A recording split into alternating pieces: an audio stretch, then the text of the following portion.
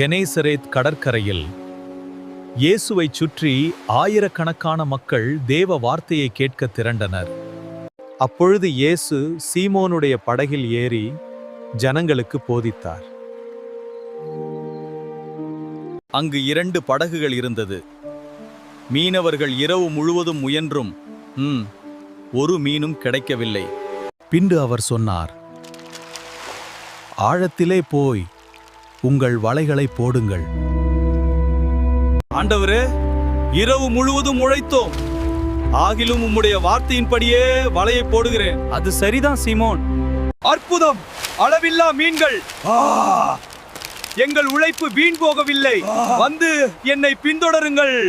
வலை கிழிய போகிறது. மீன்கள் நிரம்பி விட்டது. ஆண்டவரே, நான் பாவியானவன். அப்பொழுது இயேசு சொன்னார், பயப்படாதே, இனிமேல் நீ மனுஷரை பிடிக்கிறவனாக இருப்பாய். அவர்கள் எல்லாவற்றையும் விட்டு இயேசுவை பின்தொடர்ந்தார்கள்.